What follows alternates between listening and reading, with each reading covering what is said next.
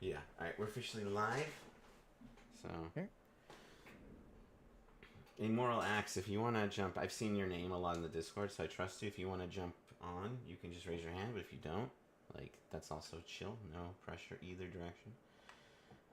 Let's wait. Let's just talk about life for the first couple minutes as we wait for people to sort of start pouring in to the Discord.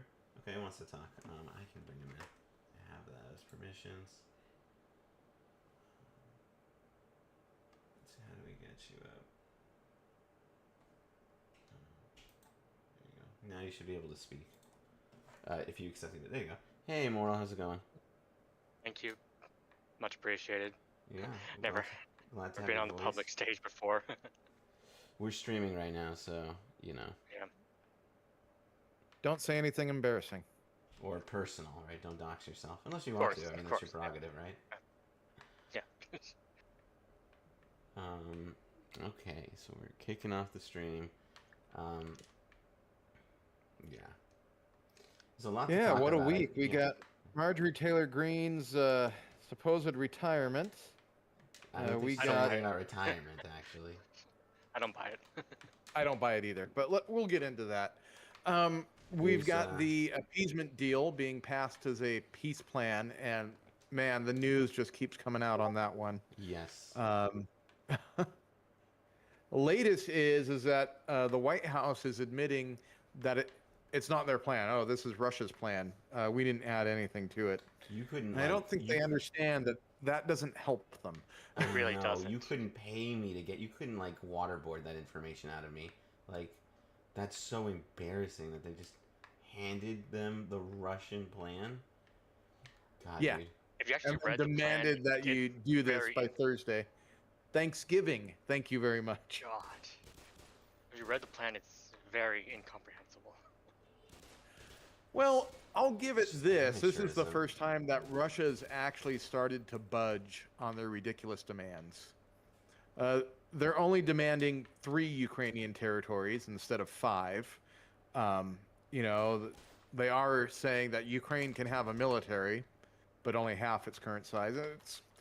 Any case, it's still ridiculous. It's a long ways from where it needs to be. This administration should be supporting Ukraine. It's what people want to see. It's even what Republicans want to see. And I think Republicans in Congress are realizing what a bloodbath next November is going to be. Because, not just because of independents and Democrats, but from their own people. Their own party is fed up with them. I mean, I'd be a bloodbath, but yeah, I mean, much deserved, unfortunately. Is there anything? I had this great meme that did not go at all viral.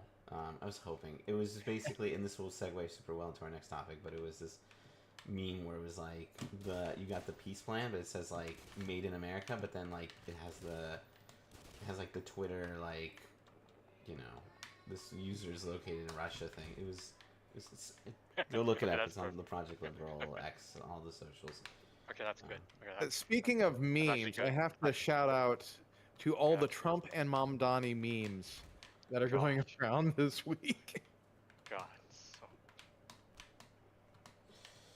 oh man, so many memes. That there's been a lot of memery going around on that specific subject. I guess we can jump. Do we want to already?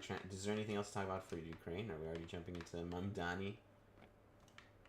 Yeah, I'm ready to talk about any of those. So, what do people want to hear about? Did you have anything else to say about Ukraine? I mean, it was basically a surrender agreement, and it's insanely embarrassing that the administration. This is absolutely a capitulation agreement, and it's dead on arrival. Look, there's no way, even if by some wild thing Zelensky felt cornered and decided to agree to it, there's no way that Ukraine's Congress would agree to this. Oh, absolutely. There's no way that the American Congress would agree to this, right? Nobody here realistically wants to see Russia get everything that they're asking for. That's just not going to happen. American people are not going to accept that. And we're already seeing a huge backlash. Representative Fitzpatrick of Pennsylvania, Republican, has already launched a new discharge petition, gathering signatures. It looks like this thing's going to have legs really fast. Trump has been dilly-dallying on his campaign promise to really do tougher sanctions. He upped them a bit, but they're a long ways from where they could be. Like we don't have the secondary sanctions, which is allowing Russia to use third parties to evade it, right? Because we just put our Russian oil in another country's ship, and now it's immune to sanctions. So no. They've got a bill with a discharge petition that will end that. And that will really cripple Russia, I believe. But it also, they're discussing that they're going to basically make it so that the Trump-Russia peace plan cannot be accepted. Congress is going to proactively say no to it. They That's need to when go Congress- further, and I That's think when Congress gets off their ass. I think there's going to be an appetite in Congress and demand from the American public that Trump was threatening to end the weapons supplies that were previously paid for by Congress. And if anybody remembers, this is what he got impeached for in his first term, Yes. was trying to blackmail Ukraine over the weapons that Congress mandated had to go to Ukraine. Because that is not discretionary. As a president, you carry out the laws and the budget that is passed by Congress. It's not up to you any more than Congress makes it up to you. And so he's trying to hold this over Ukraine's head again. He's trying to say he'll stop sharing intelligence. And, there has actually been it's quiet, it's not in the news, but since last summer, there's been a huge growing amount of support for Ukraine among Republicans. Right? If you check the polls, there's actually been huge movement on this issue. Republicans still don't really want to spend money, but they want peace. They don't want to see Putin win, and they're tired of not enough being done. And so they're finally ready to do more, especially with Trump's inaction. And this is going to create a backlash. We're already seeing it mounting. And I'm just curious how far it's going to go. And Trump saying that this is Russia's plan, he's just, taking the foot out of his mouth and inserting the other foot. I don't know what worse he really could have done for himself here other than that. So you, the U.S. president, are just admitted that you're just doing Russia's bidding.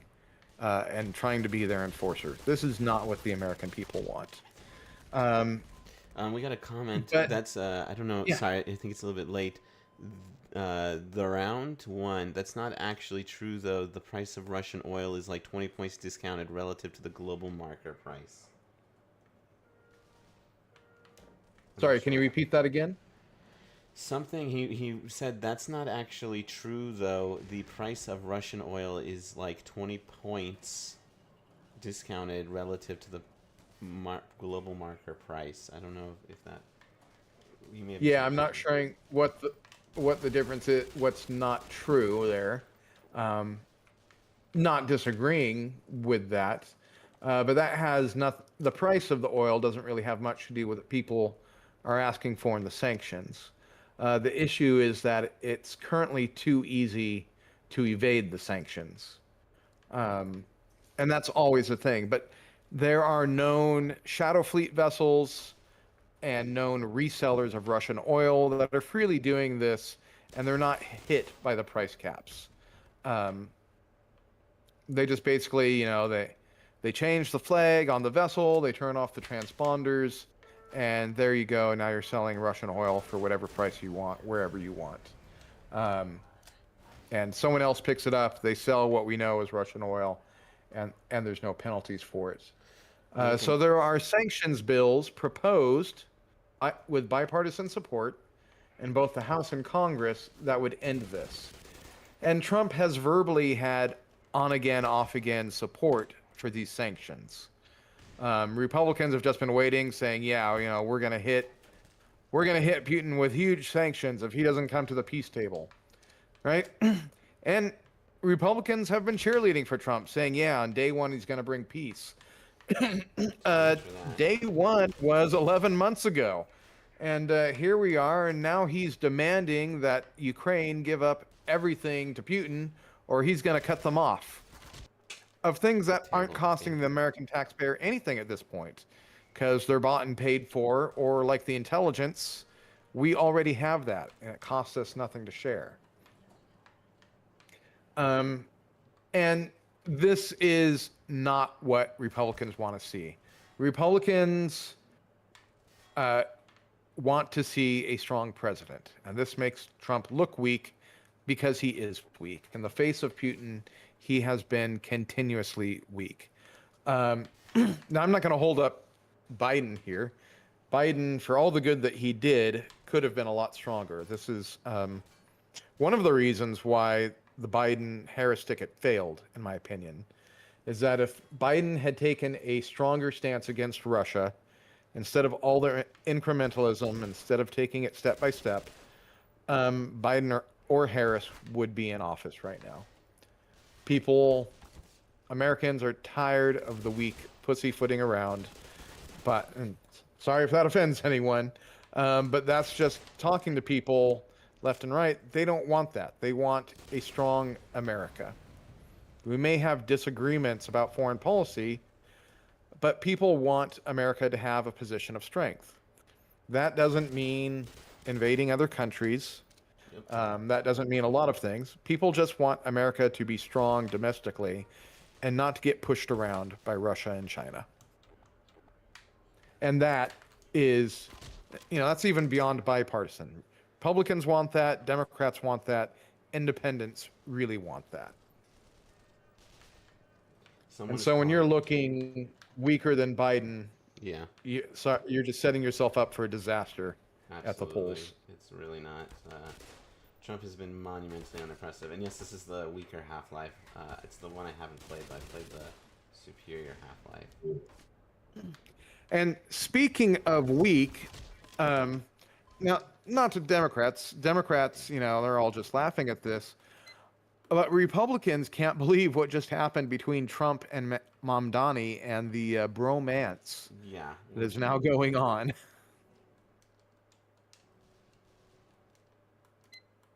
You're telling me. And, that for the Republicans who don't believe it, you've just been believing in an illusion. This is who Trump always was.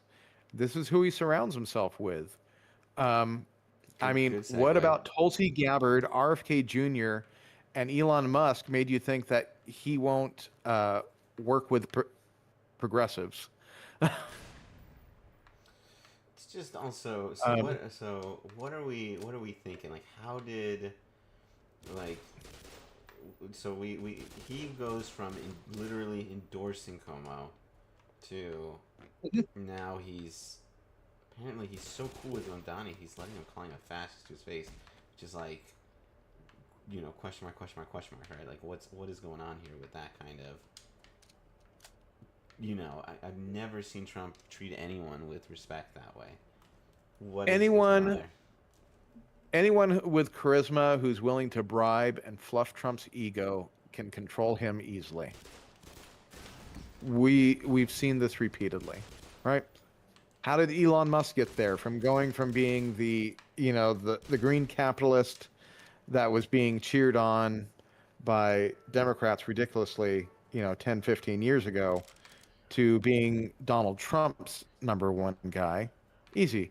Gave him money for his campaign and was willing to talk up how great Trump was. That's all it takes.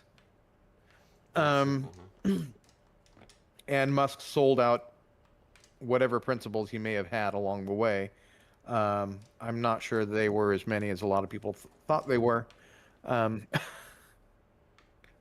But, hopefully people are living and learning. And if you have anything in Tesla stock, I recommend you sell it now. Oh, really? Why?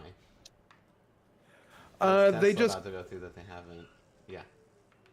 They just gave Musk a record awards package as CEO, while the company is losing money and sales are going down, um,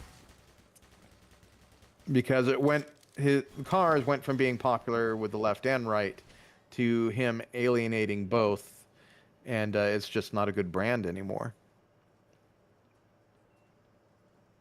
Right? Musk is the brand of Tesla, and they've just doubled down on that while he's sinking. Yeah. So they're going to spend a whole bunch of money paying Elon Musk, and they're going to keep him as the brand, which means that the brand is going to continue to do worse and worse. Really believe in him that much. I'm not sure why, but you would think that after My after all guess is the it's insanity, probably a board deal. Trump has So a lot lost of these Trump lost his board young members. base when the white nationalists abandoned him. Guess his ego wants to win over Mamdani youth. That's interesting. I didn't. We're having a claim that the white nationalist youth has already abandoned Trump, and he's trying to get like populist or Mamdani youth on his team.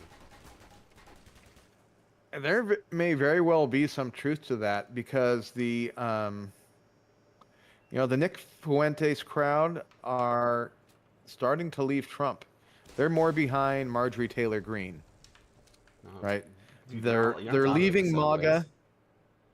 They're leaving MAGA over Epstein, over $40 billion to Argentina and other stuff, and they are calling themselves America Firsters and rallying behind Marjorie Taylor Greene.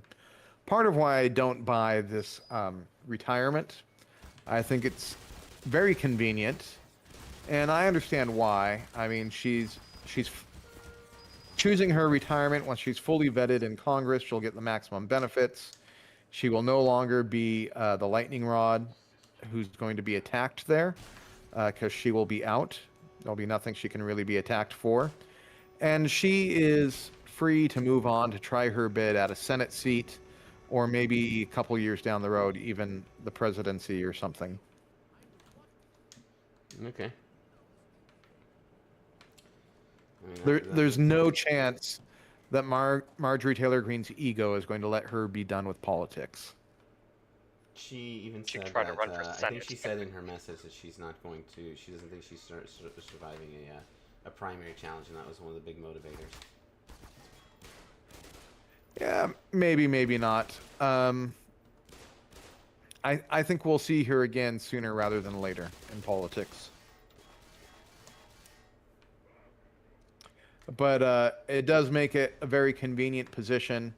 When you're in an office and you might be leaving it, it's difficult to get voter support for a dual run for the House and the Senate, for instance.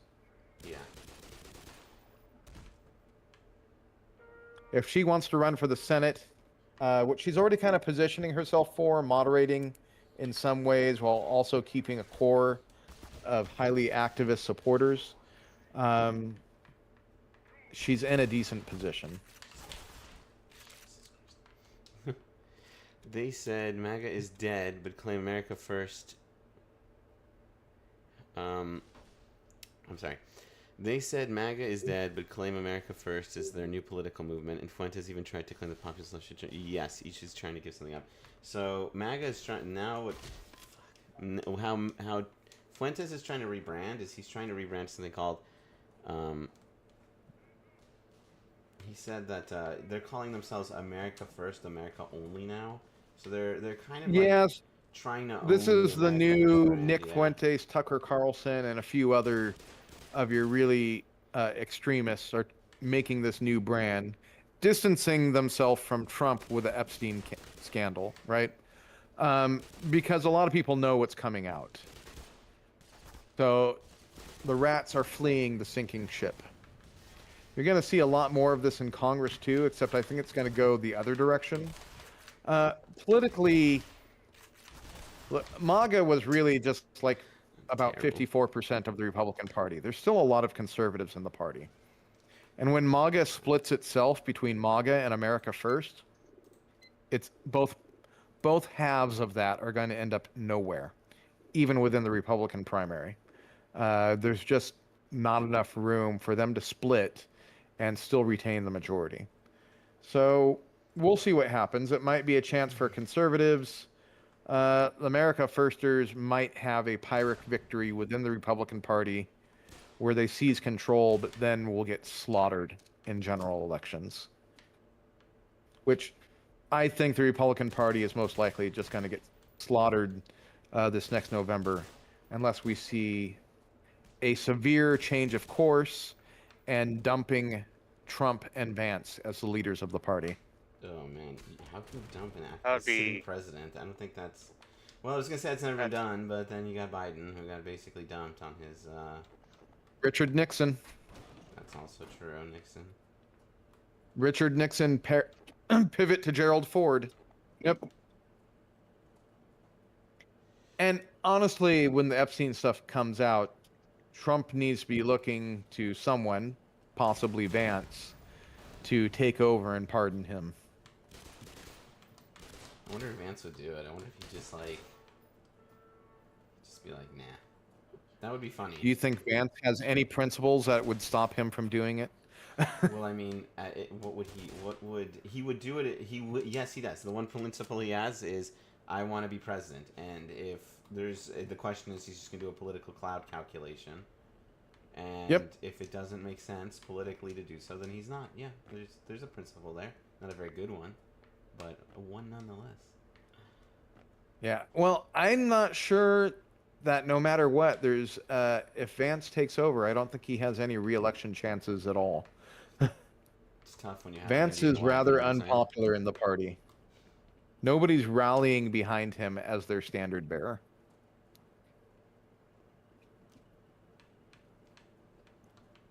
Just like nobody.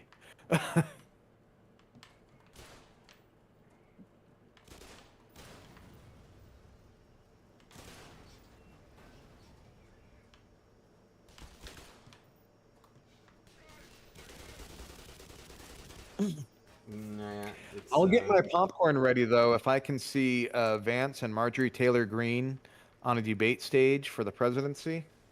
I would enjoy the heck out of that. Would certainly be a sight. Yes. Oh, Not man. because, I have any love for either of them, just because I want to see them go full knives out at each other. Would definitely be just they have no chill towards one another.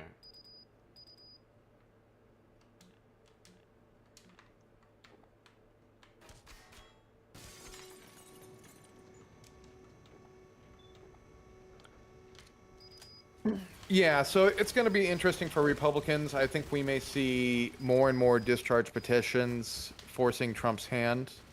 They should have saved. We're going to see who the real leaders are in the Republican Party here pretty soon. Hey, a cup of Joe Biden's here. Dude, this guy, a cup of Joe Biden's our guy. He's in here so much. I've had to replay this part like 3 times because I've been just struggling. Okay, nobody saw except the 3 people online. Okay, we'll just delete the VOD. We'll delete the VOD. I'm playing really badly tonight. But... Just want to say, interestingly enough, this same week, most people don't pay attention to what happens beyond the shores of the U.S., but Ukraine had its other own... countries besides the U.S.? Yeah, right? yeah, right. Yeah. Ukraine had its own huge corruption scandal. Oh, I didn't hear. Several high members of the government were indicted by their anti-corruption agency. People really close to Zelensky. His own political party called him in to explain. Wanted some people to resign. They didn't. So he's in a tough place. Who wanted some people to resign? Who wanted? Zelensky resignation? His own political party wanted his secretary, is basically his chief of staff, would be kind of an equivalent to resign, because they're all embroiled in this big corruption scandal, and this scandal has a big chance of taking down the support for Zelensky, and we'll see. Even his own party is talking against him now because, they don't want to go down with him. Yeah. And it is costing him the war. So some of this corruption had to do with embezzlement right in the military.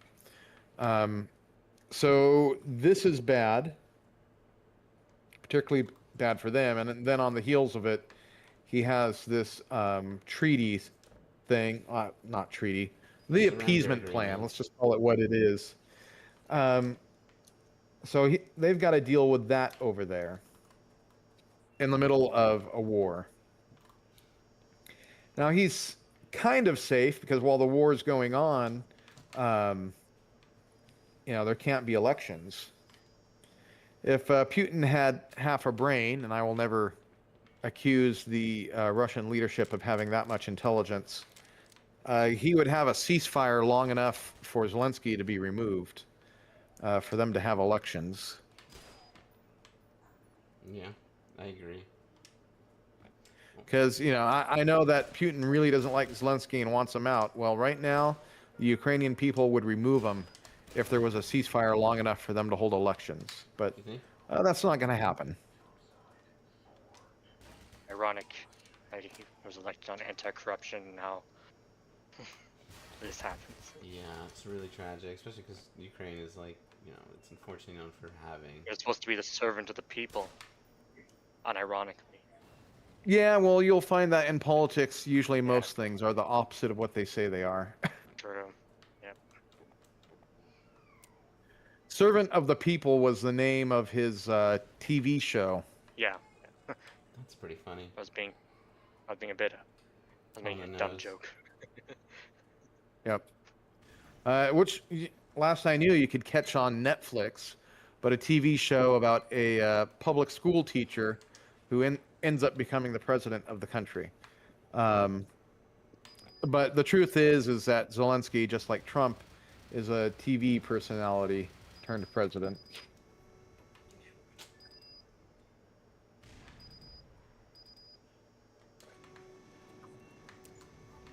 No.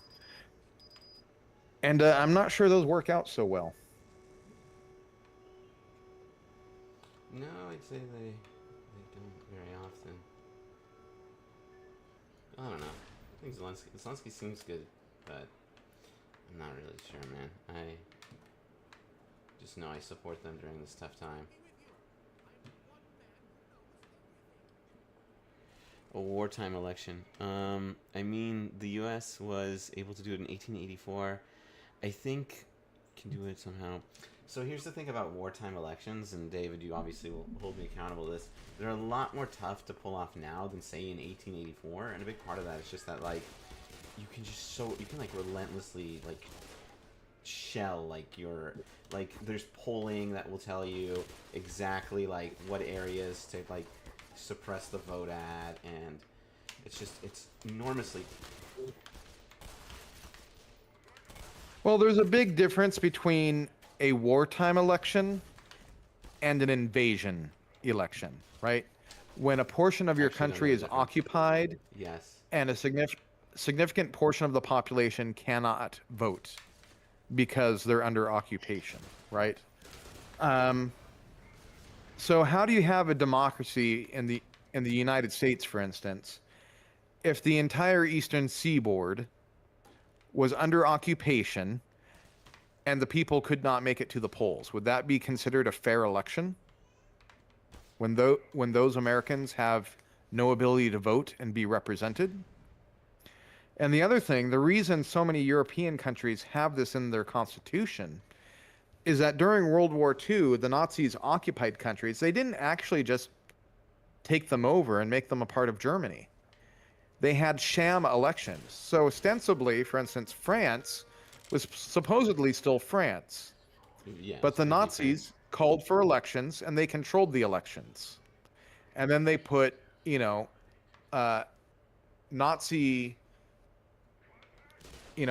puppets in power who weren't responding to the people, and the votes were not valid. But it was a way of trying to propagandize and make people believe that there was still democracy. Russia does this all the time. So Russia claims they have elections. Putin's just been reelected Yes. you know, for the last 30 years with a over 97% vote margin. No, Truly it the is will of the that, people. yeah, anyone who's a serious contender against Putin either dies from drinking tea or falls out a window. And, you know, everybody falls in line. And the elections are a complete sham. It's well documented. People vote multiple times. Blank ballots are counted in favor. Right? And many cases, the polling places don't even bother. They just make up a good sounding number and they turn it in. And you can tell it's a made up number because it's a very perfectly round number. You ever hear the joke? The guy's like, you want to conduct a Russian election? And it's like, how do you do that? And then you go up and you say, like, hey, Alexa, give me a number between 85 and 100. And then that's how we conduct a Russian election. Man, I'm terrible at this game. Yep. I thought it was a good meme. So when Russia has elections, you can actually like check the polling places, and a lot of them will have perfectly even numbers for reports.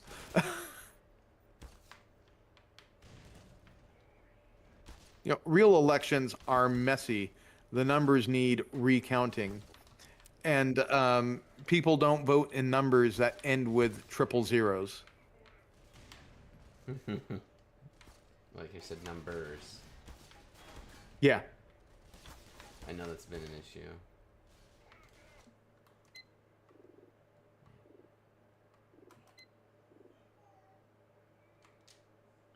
It's just so fit, and it drives me crazy because, you know, even our media will still report on Russian elections as if they have any basis in democracy whatsoever. Or Or like, you know, the elections, so-called elections they have in the occupied territories. You know, the gunpoint elections where Russian soldiers come to the doors of the people they've invaded and tell them to vote with guns pointed at them.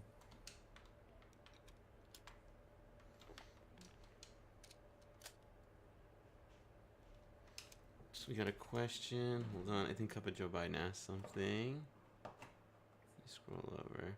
Maybe they could use the current legislative makeup to do a ballot if Zelensky wanted to step down. What would happen if Zelensky wanted to step down? I guess just his successor would take over. If he stepped down, I do not know. I'll start to worry about that when it looks likely. I don't see it happening. Too addicted to power, more likely, one of the Russians would actually get to him, and he would be. There would have to be a replacement. Let's look this up.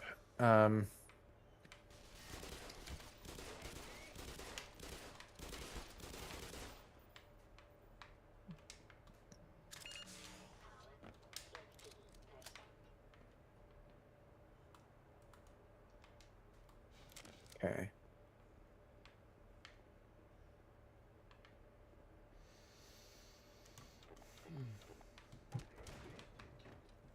What else? We talked about martial. Oh, so I had a question. While about they're under Madonna. martial law, I'm reading on it right now. Under martial law, the powers of the president, the parliament, and the cabinet cannot be terminated. So they keep their position. It can only end by death, resignation, impeachment, or incapacity. And then the head of their Congress would take over as president. Got it. Wonder who that is. Yeah, whoever that is. Would be a member of his own party right now because they have the majority. Naturally. But that doesn't necessarily mean it would be anything the same. There's a growing rift between Zelensky and his party right now. On the war or on other things?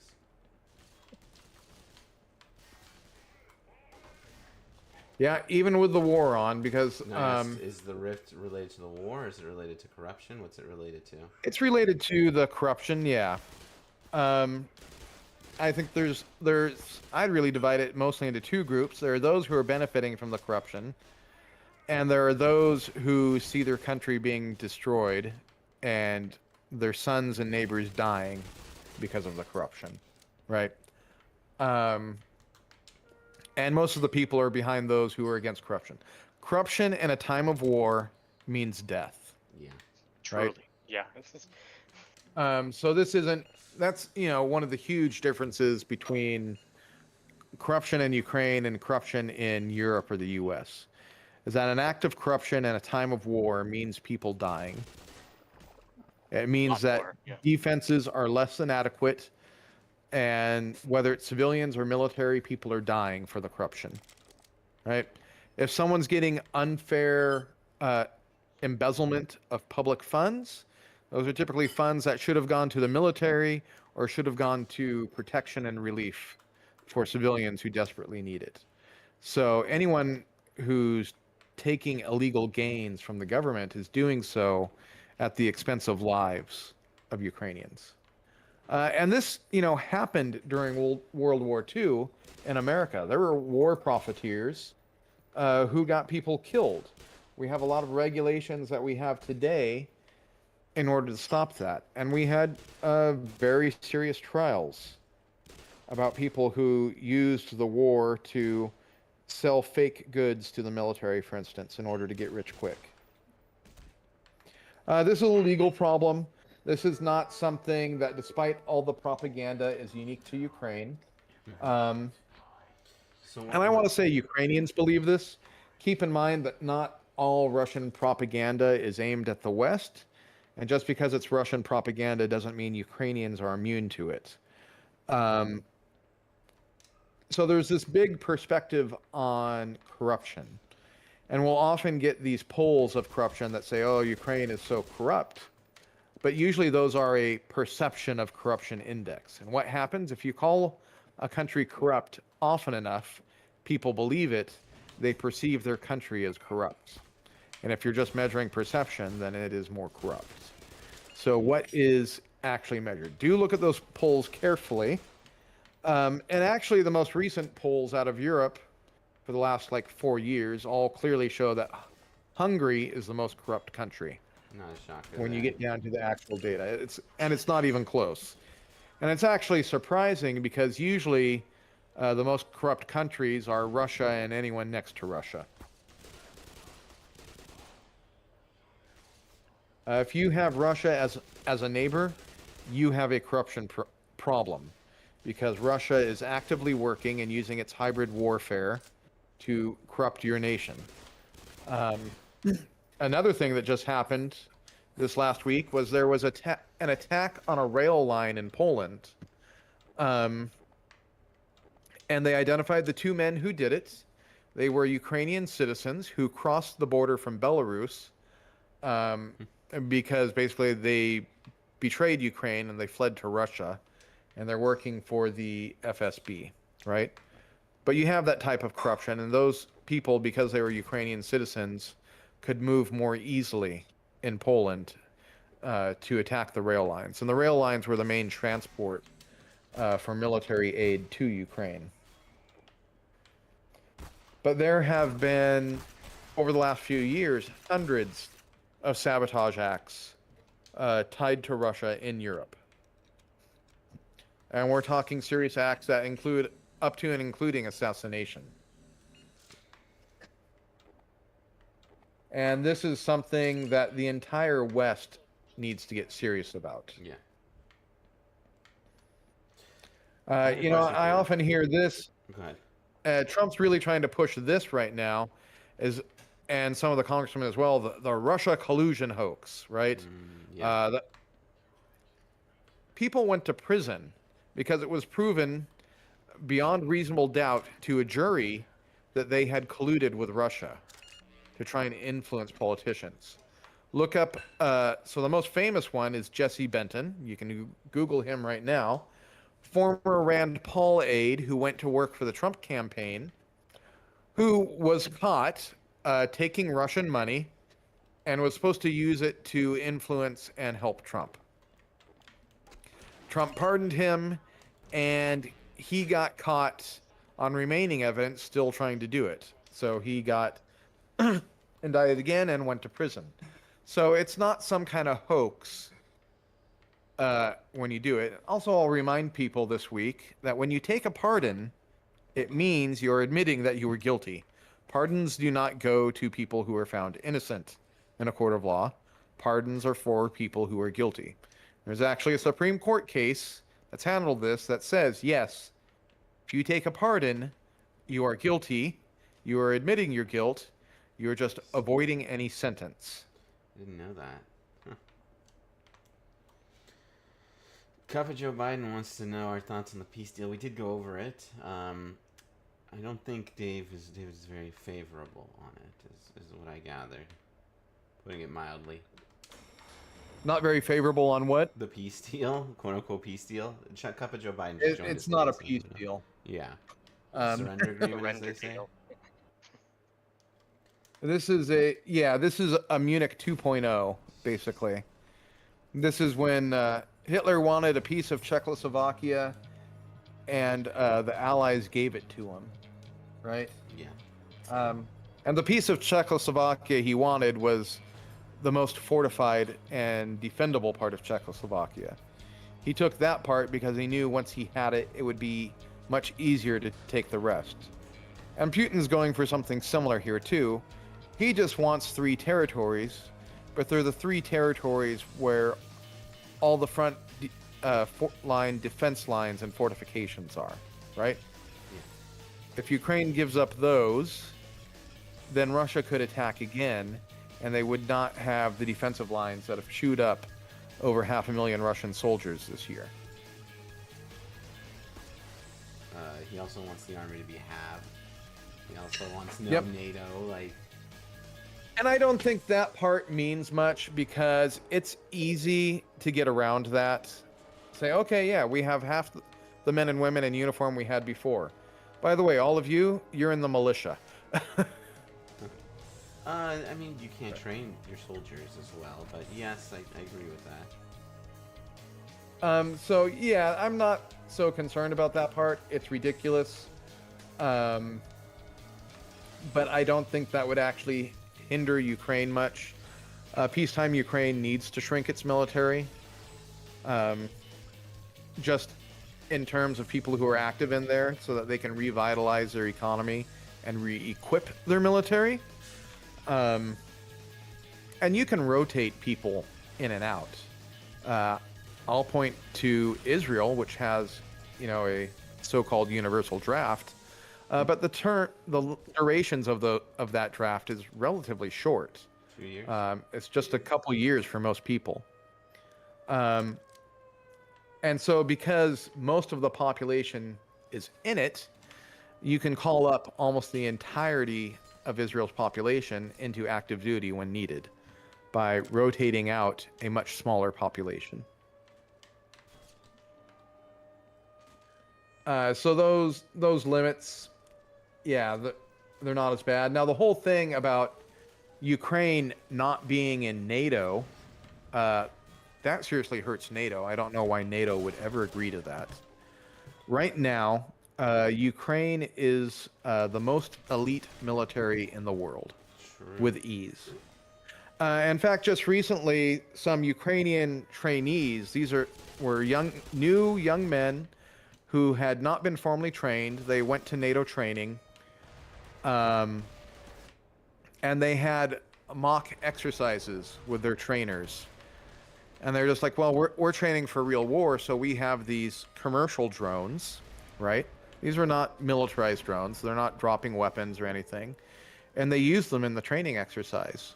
And they consistently and thoroughly defeated their NATO trainers, experienced trainers, right?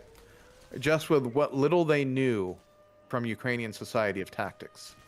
Now, if you get the real experts from the battlefield, it's a completely different game. Ukraine is the cutting edge of military combat right now. Not necessarily in technology. There's a lot that they're lacking there.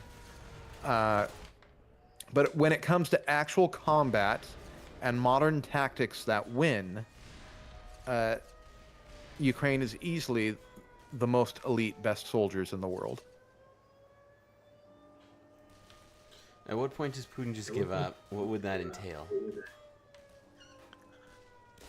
Well, the easiest way is that somebody kills him. That's pretty easy in Russia. It's not the most stable. There's lots of people who have access. I do think that's potentially a serious end to this conflict that is not unrealistic. That somebody in Russia who has access gets tired of it and decides they want to be the new boss. Assuming they Russia is bleeding pretty badly for all its bravado and attempt to intimidate stuff. That's the easiest answer. What time does Putin admit defeat? He can't. So I've explained people many times. The leadership in Russia, it's like a pack of hyenas or a pack of dingoes. The leader of the pack is making sure that all the other guys are eating. And what happens is, if the pack is not eating, if it goes too long, they're going to turn on its leader and he's going to be for dinner, right? So he can go after the oligarchs one by one, especially if they turn against everyone, if they're betraying the pack. But if he looks too weak, they will come together and take him out, right? So that's Putin's trap, and he has backed himself into it. He needs to be able to declare a win. And not just say it in some kind of North Korean way where nobody can say otherwise. It needs to be a win for the Russian oligarchs. And increasingly, the best win for them is becoming Putin being dead. Now, it's not quite there. All the other oligarchs would have to be on board with it, and someone would have to be in a position where somebody else isn't going to immediately use it as an excuse to turn around on them and kill them, right? To not go out the way that Wagner Corp did. Yeah. That was, but there are that lots was quite a moment in history. He came up, rebelled, and was just like, alright, I'm over it. We're done. Man, I remember being so like... That was quite the nothing ever happens moment if I've ever seen one.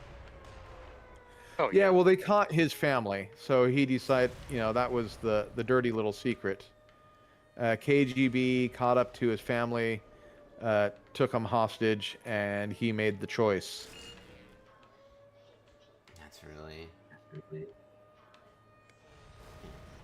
know those details.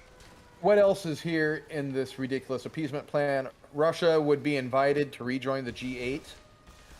Well, so long as this is just Trump, other members of the G7 don't have to accept that. Putin very much has this great powers mindset from Stalin and Hitler, that they are the powers and everybody else just does it. It's not a liberal rules-based order where countries decide for themselves.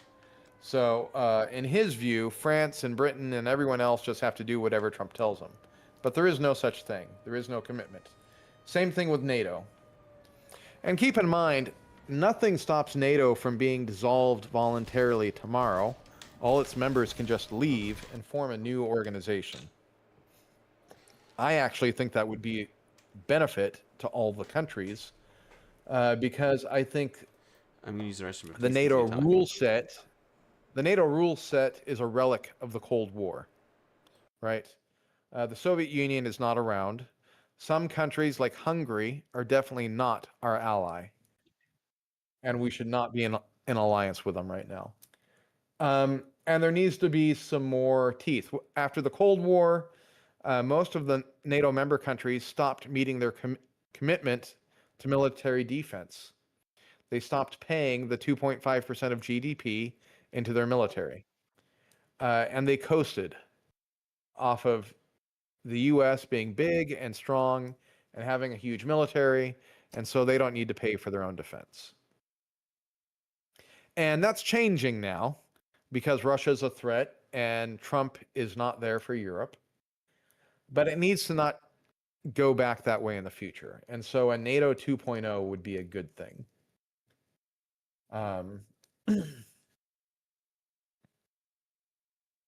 This is... I did find it interesting that Russia agreed that 100 billion of their frozen assets would go to Ukraine. That number is way too small. with the U.S. receiving 50% of the profits. Of course, you can't have anything without having its little bribe to Trump. Right. Um, and of course, Russia gets joined back in. Uh, and there's some other things here, like, if Ukraine were to send a missile at Moscow, that's oddly specific and very easy for Russia to fake. We've already had issues where missiles have hit Poland, and nobody's been able to determine if they were Russian or Ukrainian missiles because they're missiles of Soviet manufacture, right? Um, and it's easy to have a false flag for such an attack as an excuse. Putin came to power in one of those, where he blamed Chechens for planting a bomb in an apartment building that almost certainly was a KGB operation.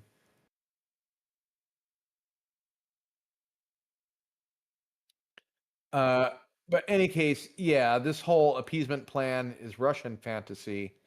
It has no basis in reality. It's not a serious peace plan. I'm very curious to see what Ukraine will come up with as a rebuttal. I'm certain that Putin's response to any changes will just be a hard no. But we'll see what happens. Russia's in a tough place. Ukraine is in a tough place. Both countries really need a ceasefire, really need a way out, because the bleeding is horrific for both of them.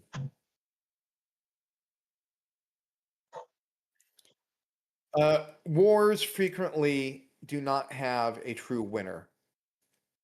And I mean winner as in one of them gains something. Many wars simply have survivors, right? And No there's winners, nothing but only loss. losers, as they say. Yeah. Sad, You know, but- you'll hear people like, Twitter being a hell site. There's all the Russians on there, and they'll say Russia's winning. And I love to ask them, what is Russia winning? And I've yet to ever see a good answer to that. You can look at the satellite map between today and 2 years ago, the war map, and see that hardly anything has changed. Yeah. And, Russia passed the 1 million casualties mark a long time ago. They're pouring even more men in, and they're going to hit the 2 million casualties in a much shorter time than it took them to hit 1 million casualties. On the other hand, Ukraine, it has a corruption scandal. They're having trouble getting their people properly equipped. They don't have the manpower equipped that they need. And they need to fix a lot of things. A break for either one would really help them.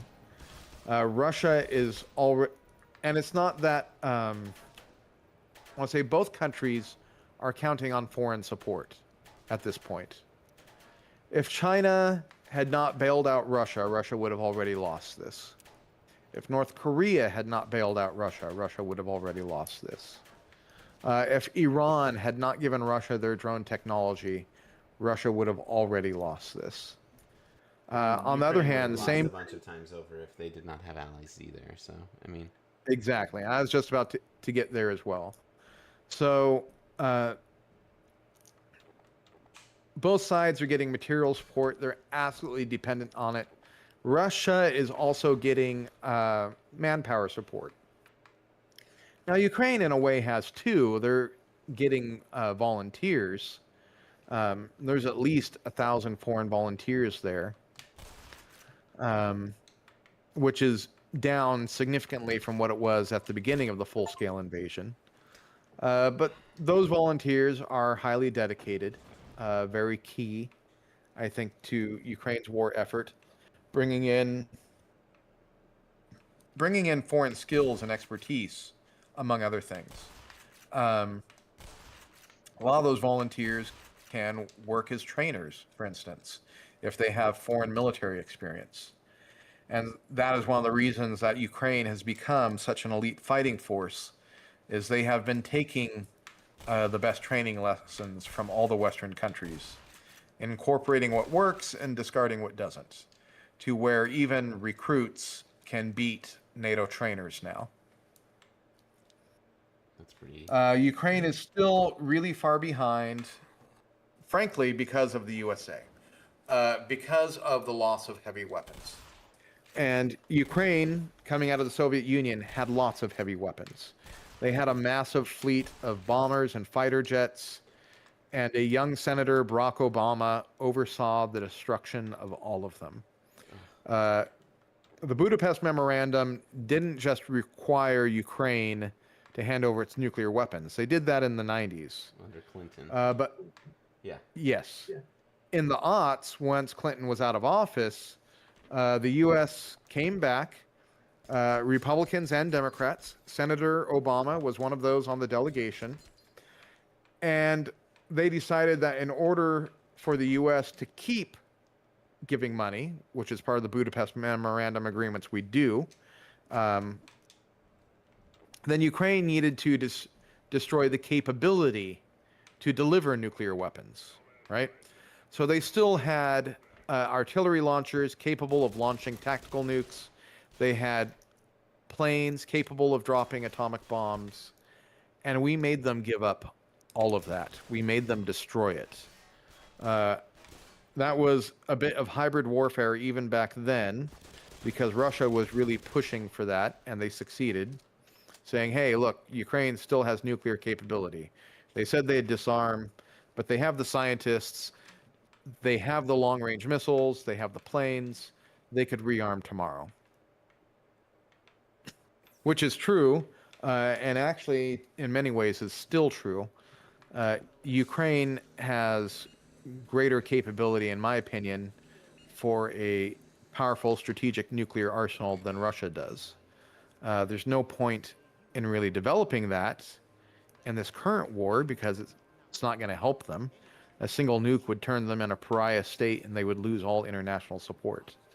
It would also make Russia have no reason to hold back. So they're not going to go there. But they could. People don't realize that in the West that the Soviet Union's economy and industry was not anything like it was in the West. In the West, because of free markets, we develop a lot of redundancy. Multiple businesses do the same thing. Communist Russia saw that as a waste.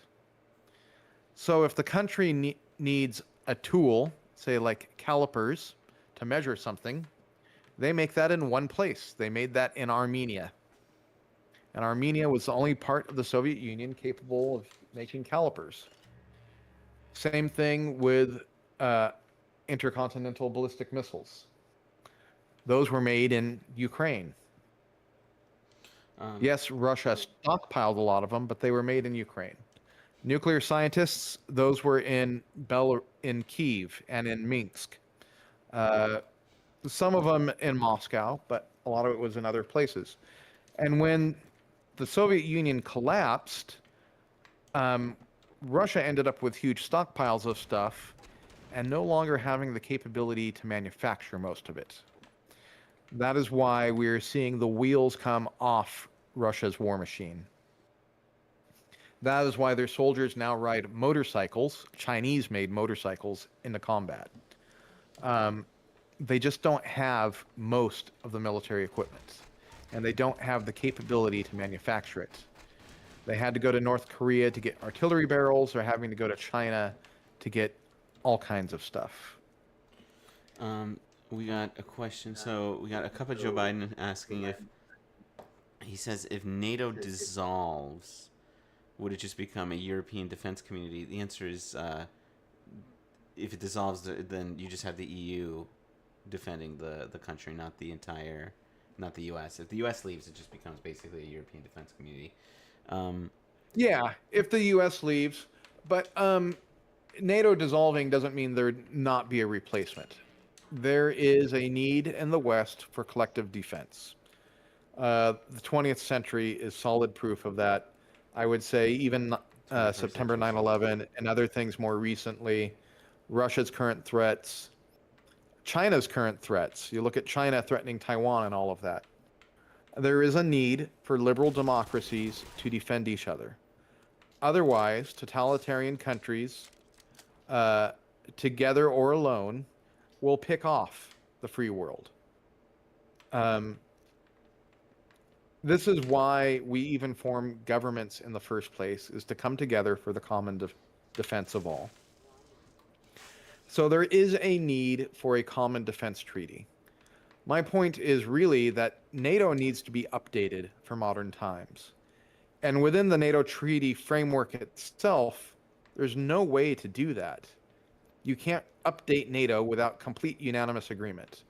And so long as you have a single country in it, like Hungary, you can't get there because Hungary has a heckler's veto and supports Russia. And they do the same thing in the EU.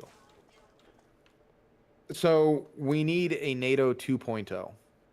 It can be most of the same countries, but we need to define what it's supporting, what the qualifications are for membership, have some penalties for those countries that choose not to meet them. For those that just say, oh, yeah, we're not going to invest in a military, we're going to make you defend us. No, that shouldn't happen anymore. And we need to have some even more real teeth in it. And the sooner that happens, the better. And the sooner that happens, the sooner countries like Russia and China will decide to permanently just stay in their own borders. True. Maybe you've already talked about this. Did you see some Republican senators have said that Rubio simply passed along the Russian peace plan? Do you think it's true? I think we talked about it, and we are not. Wasn't Rubio. Oh, who passed along? I would say Witkoff, Trump's special. And Trump has two special envoys to Russia. One of them is Steve Witkoff, and there's a guy from the Pentagon. I can't remember his name right now. Works under Hegseth, who's also working on this. And it definitely came straight from one of the two of them. This is not Rubio's doing. In fact, I think Rubio even recently is kind of distancing himself from it. Let me see if I can find his most recent statements about it. Oh, yeah. Rubio came out just a few hours ago and publicly told senators that this is Russia's peace plan and that it is not a proposal from his department. I said that you were probably not here, Spoon, but I said that, like, you could not convince me to admit that. I would rather just be like, oh, I accidentally sent the wrong document. You ever attached the wrong PDF? Whoops. Instead, they're just like, yeah, I passed along Russia's stance without double checking it. Yeah, that's what we do here in this administration. Like, that's such an embarrassment, man. Yeah, and from weakness to weakness. To his point, don't want to sing Rubio's praises, but he's not that bad. He is definitely the best of what we have, without a doubt. Yeah, no, I think he's probably the best in Trump's cabinet. Now, that's not saying much. That's a very low bar. It's pretty much just on the floor. But he is certainly the most competent mentally in that group. And no, I don't think this came from him. It would look smarter if it came from former Senator Rubio.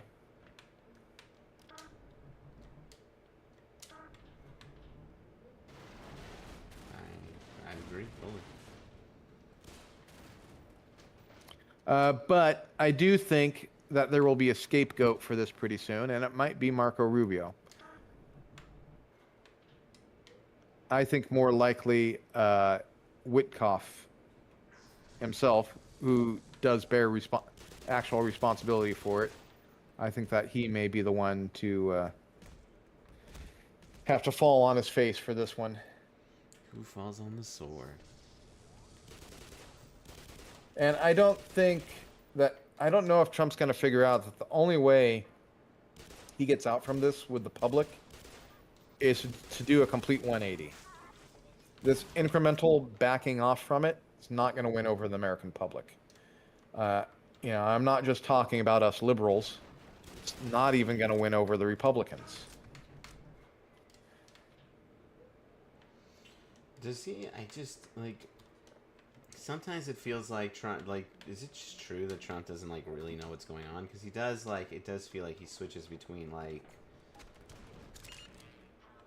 It's. I absolutely believe it. Like, it's just like he's like sometimes he's back in Ukraine. Sometimes now he's back on this like this idea that they need to surrender and Yeah, praising Trump is a narcissist. He just doesn't care who's dying in Ukraine. He just doesn't care about other people's suffering. He doesn't even care about the pain, death, and suffering of his own supporters, right? There's no room in Trump to care about anyone other than Trump.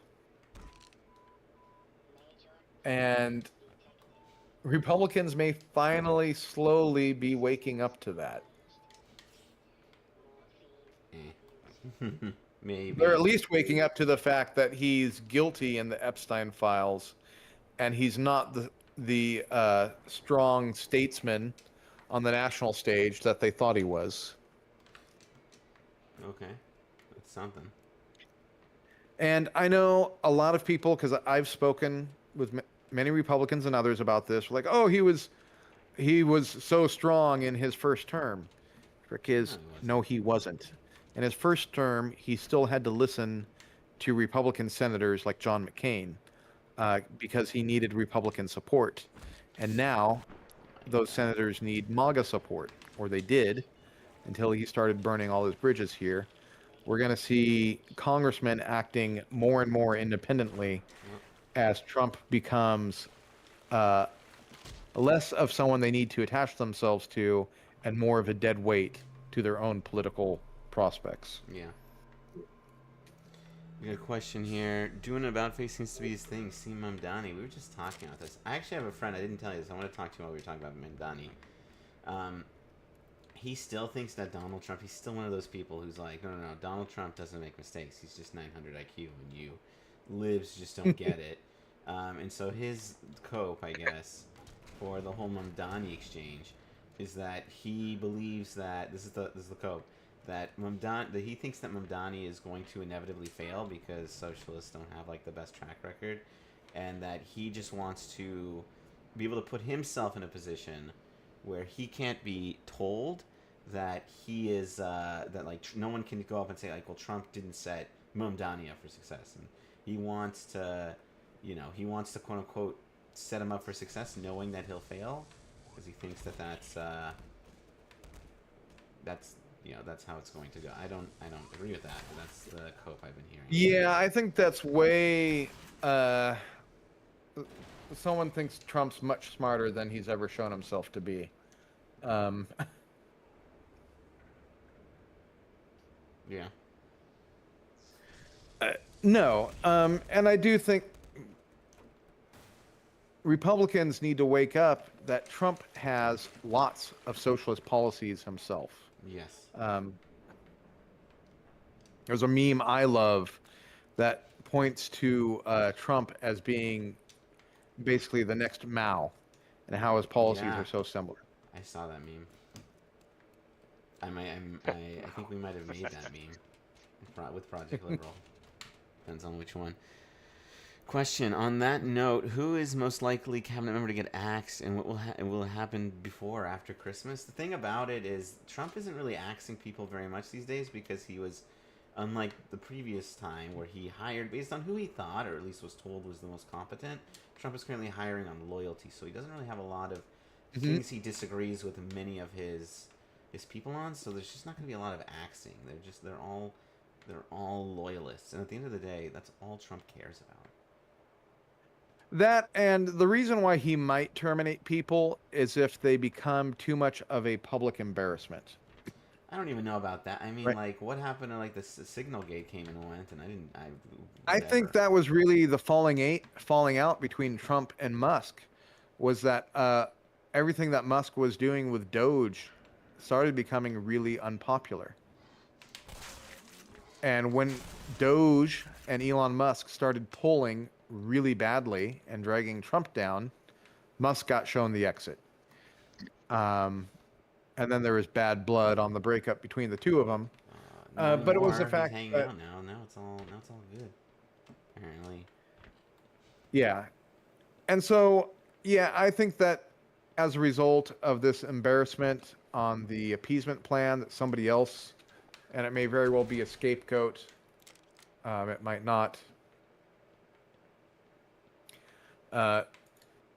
Somebody else is going to have to take a fall here.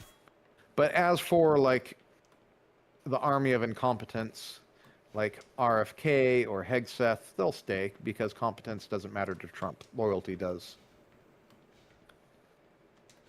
I saw this meme. There was a lot of memes after the Hegseth, not the Hegseth, the Mamdani Trump exchange. My favorite one is: are we sure that that Mamdani is a leftist? He's way too likable. I thought that was pretty good. The only one that MAGA wants to see go is Pam Bondi. It's so fun, dude. She is the ultimate fall, not a guy, but fall girl for Trump right now. Because like she's like, people were like, oh, why is Pam Bondi saying that people should be prosecuted for freedom of speech? Like, do you think that she's the one like trying to prosecute? Do you think that like maybe someone's asking her to do it? Like, really? Like, There's no chance that Pam Bondi goes. Look, Pam too Bondi loyal. has, not only is she too loyal, but she has been involved with Epstein for way over a decade now. People forget, before she was Trump's attorney general, she was the Florida attorney general. And she was so there was one who refused to indict Epstein, and she was the one who refused to reopen the files and let it basically hit the statute of limitations and get buried. Yeah. But she's seen it. She knows what's in there. Oh, she goes. I know she lied about, the files being on her desk and then they don't exist. She's opened them. She's seen them. She knows what's in there. She knows the dirt on Trump. And so Trump can't get rid of her. She could talk. And she's been very loyal. At this point, they'll go down together with the Epstein files. That's an interesting observation. I didn't think about that, but yes, she definitely knows everything there is to know about the Epstein files. Never really didn't click with me. Oof. Yeah, she's the last one to go. So Yeah, there's nothing in those files that's off limits to her, so she knows it all, and she's okay with it. I mean, and even before it was about Trump, she saw all the evidence of the rape victims. She saw all the people that Epstein was trafficking to, and she said, okay. all good. Yeah, she absolutely going down with those files.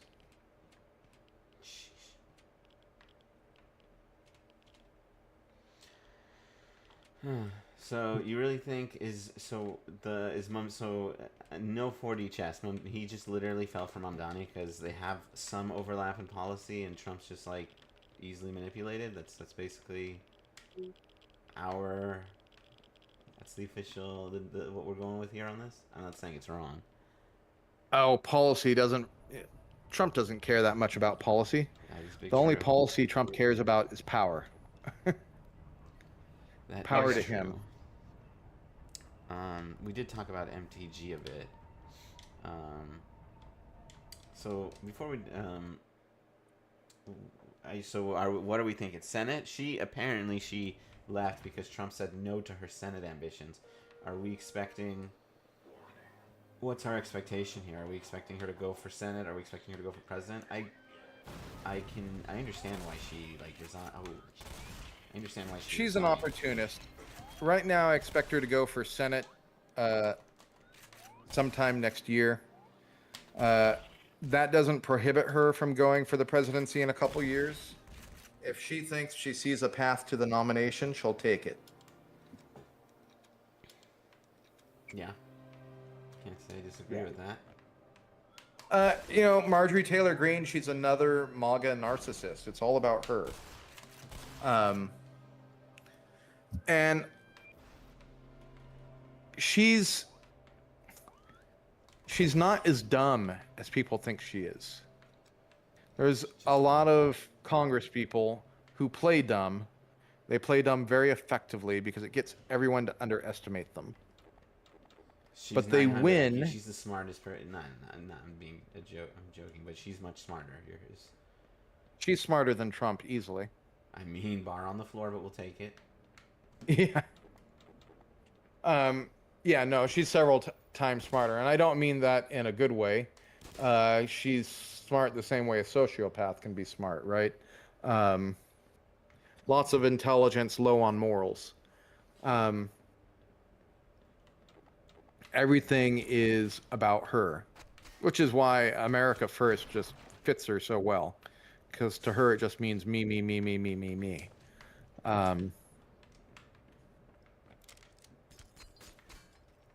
And she manages to tell a certain segment of the voters that wants to hear me, me, me, me, me, that it's you, you, you, you, you, while she's looting them blind, right? Yeah. In many cases, that's what a lot of politics amounts to. Telling people what they want to hear, that you're going to give them stuff while you reach into their back pocket and take everything they have.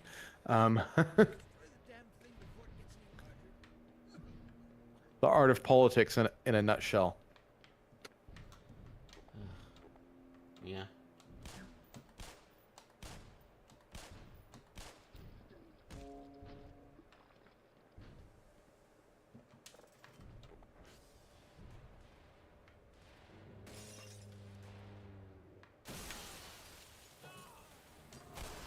That's what a lot of politicians do. Why is the U.S. government so over budget? Because we spend, and that comes from the American people.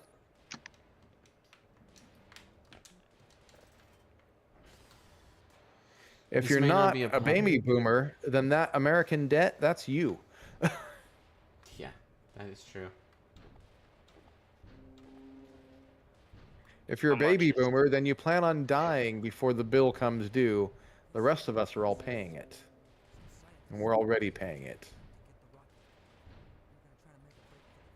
It's only going to get worse.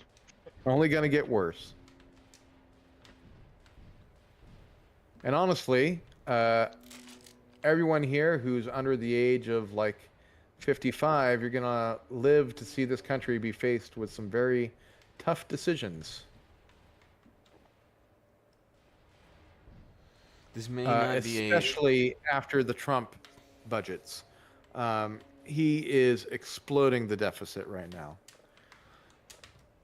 Yeah, it's terrible. Really.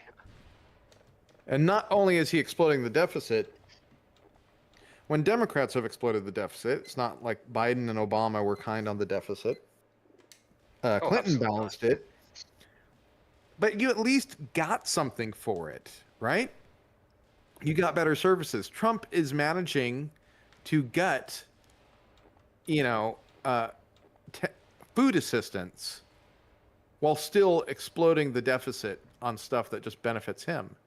Undercutting the military, right? The people are being looted left and right. And we're getting less for it. So there's going to be tough choices after the Trump presidency in what we do to fix it. Especially entitlement reform, but unfortunately the median voter is close to or at the age that are the main beneficiary. Well, we got the millennials. There's a lot of millennials. Real quick, and someone wrote, this may or may not be a may not be a popular take, but I think MTG Marjorie Taylor Greene is genuinely hurt by Donald Trump calling her a traitor despite her loyalty. I'm not sure she's gaming after all. What do you think about that? I think she fakes it pretty well. She's soulless, is basically like. Yeah, no. She knew it. Look, no. Marjorie Taylor Greene made a calculated decision to leave Trump because she has her finger to the air at all times.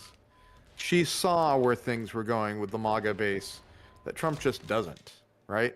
She saw where this whole Epstein mess was going. She knew that Trump's not riding the ship. He's becoming. His popularity was not that high. He barely got into the office, and it's plummeting like a rock this entire year. And she's not ready to end her political career. No, not at all. And what is she going to move on to anyways, right? So she's leaving office. What is she moving to?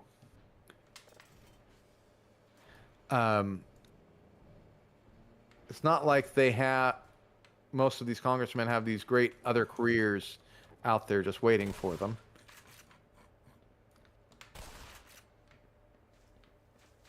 Right? Yeah. She's not going to go and doesn't have like Elon Musk doesn't have several big companies to go to. That's true. So, yeah, I fully expect she'll go back into politics as long as she can. I see. What's your method? How do you determine that someone is like a bullshitter like she is, versus like genuinely like, you know, genuinely hurt Honestly, someone? largely from meeting them. So Wait, you met Ben? Marjorie Taylor Greene? Yeah, I met her. Now you've been holding out on me.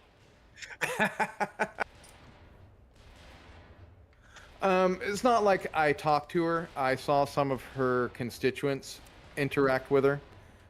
So I've been one of the reasons that I know about Ukraine, I've been very active in Ukraine advocacy. I've taken groups from about half a dozen states to meet their senators and representatives and speak to them about it, along with others. Been in the halls with other meetings and helped groups of people. And yeah, I've gotten to meet a lot of senators and representatives. In full declaration, I'm not just with Project Liberal, I'm also with another group where I'm a foreign policy advisor. And I do help to advise senators and representatives. So I never talk about stuff that's under non-disclosure agreement. But I've met a lot of them. I've been impressed with several people, like, oh, on television, they seem so stupid. People always talk about how dumb they are. And this congressperson, they're fully aware of that. And they are totally playing into it. Oh, man. Yeah. I'm not going to name too many names. There's some people in there that people think are complete idiots. And they love every moment of it that they get called stupid in the media because they know that you're underestimating them. Marjorie Taylor Greene is one of them. In your estimation. I don't even think she cares that much about whether people think she's smart or dumb. Again, she's all about her. One of the interesting things about politics, Congress people are usually very responsive to their constituents. I can tell you that most people run for office, they care passionately about one or two subjects. And about everything else, they'll take any position necessary in order to get elected on an issue, right? So, for an example, someone may run for office There's a lot of them in the U.S. Congress right now. They ran because they were very passionate about the abortion issue, right? But everything else, they would take whatever position their political party needed them to get elected. So they listen very closely to their constituents. They want to take the position that'll Sorry, get them I had to elected. step up. What were you? Sorry. So, what were you, can you repeat that again? I was saying that Congress people, they honestly care Yeah. about one, maybe two positions, and then everything else, they take the position that their constituents want them to take, right? So they listen very intently to what people care about. But recently, we have some that are very different. They don't care what their constituents talk about. They're getting money to be a firebrand, right? Marjorie Taylor Greene's one of those. She's out there, and the more obnoxious stuff she says, the more donations she gets, right? They are kind of, we've entered the sort of YouTube celebrity era of politics. I don't like that. It's what it is. Some people are out there because, whether for good reasons or bad reasons, they can get on the news, and getting their name out there, even for some of the most extreme stupid stuff, gets the money rolling in. Right? That's where you get like people like Tucker Carlson, right? He wasn't always as ridiculous as he is today, His joke. but there's money in it. Yeah. Right? Tim Pool, he's another one. He's in Tim the White Pool's House definitely Correspondence. guilty. Yeah, Oh yeah, he's a total. Yeah. total grifter, right? He started out being kind of the independent civilian journalist during the Wall Street protests. The guy even went to Ukraine during Euromaidan. He knows better than the stuff that than the Russian propaganda he was paid to say. But you know, the check was good. Sure was. So there's a lot of people out there grifting now. And there's a lot of people also who are just willing to take being the attacks of these grifters because it helps them to get done the stuff they want to get done. When you think a guy's really dumb, you don't pay attention to the brilliant legislation that he writes and gets passed. Right? And there are sneaky tricks to getting things passed, especially when people aren't paying attention. One of our chatters wrote, Marjorie Taylor Greene saying there's no grand conspiracy in nor 4D chess is a big red flag. Do you agree with that? I'm not exactly sure what is the red flag. That she just kind of is aware of the lingo, or she's aware Sorry, of can you repeat all of that again? Marjorie Taylor Greene sort of saying that there is no 4D chess, there's no grand conspiracy. This chatter said it's a red flag to him. But she kind of knows the lingo. Okay, well. Oh, there is no 4D chess. Grand conspiracy? Absolutely. There's a grand conspiracy. There's a grand conspiracy to keep the Epstein files hidden.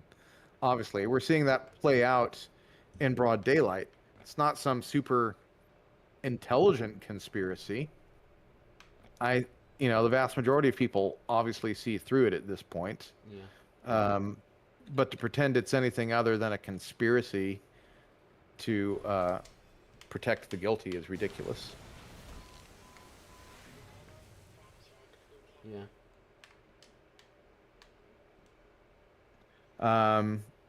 Yeah, there's no 4D that's chess. There's no 3D chess going on. In fact, I would say Trump is kind of he's playing checkers while Putin and Xi are playing chess. I mean, Trump has no idea how to play either of those games. Yeah. And honestly, more and more I'm seeing credence to the idea that Trump is suffering early stages of dementia.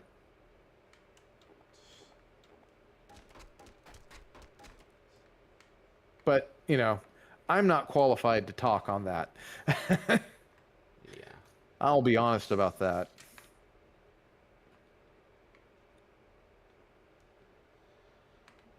Yeesh. That's But it looks like it to me. no, I don't. I don't. I understand why that. Why it looks that way. Sheesh.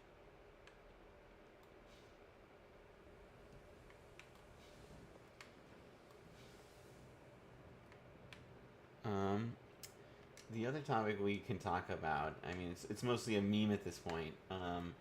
But have you been keeping up with all the Twitter, like the they started showing off locations. They may have pulled it back. I'm not 100% sure. I read somewhere that they stopped, but I can still see some locations. Maybe they just stopped revealing new ones. No, I didn't know that. Think I saw some stuff about that and didn't realize that was what was going on.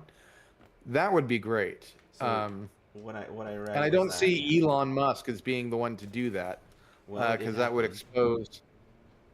that would expose so many of his blue check marks.